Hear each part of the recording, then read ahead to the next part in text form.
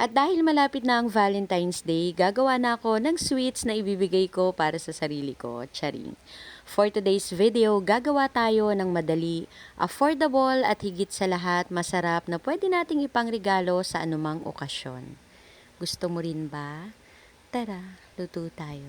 At para naman po sa recipe natin ngayon, ito yung mga ingredients na kakailanganin.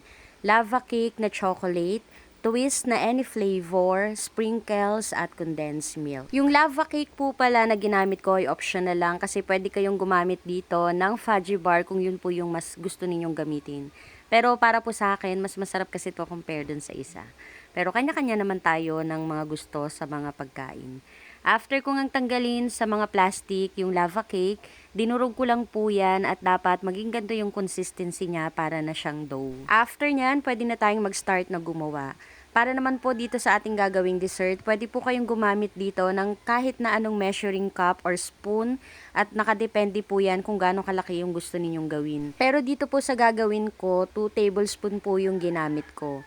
After nyan, i-form lang natin ito ng pabilog. Medyo malalaki po pala yung ginawa ko, kaya mga 10 pieces lang po yung nagawa ko dito sa isang balot ng lava cake. Pero kung 1 tablespoon lang po, siguro around 20 pieces po yung magagawa ninyo.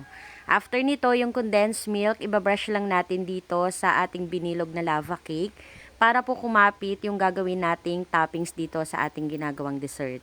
Ilagay lang natin sa ibabaw yung pinaka-design ng ating ginagawang dessert, then i-roll natin dito sa mga sprinkles. Dito po pala sa design ng ating ginagawa, ay nasa sa inyo na po kung ano yung mga gusto ninyong gamitin. After nating magawa lahat, ilalagay natin ito sa cupcake liner.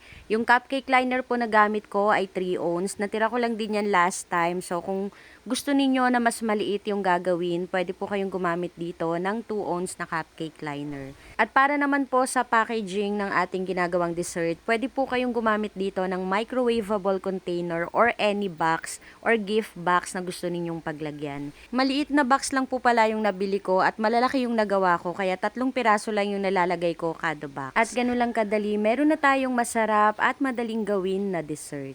Gusto mo rin ba? Tara, kain tayo.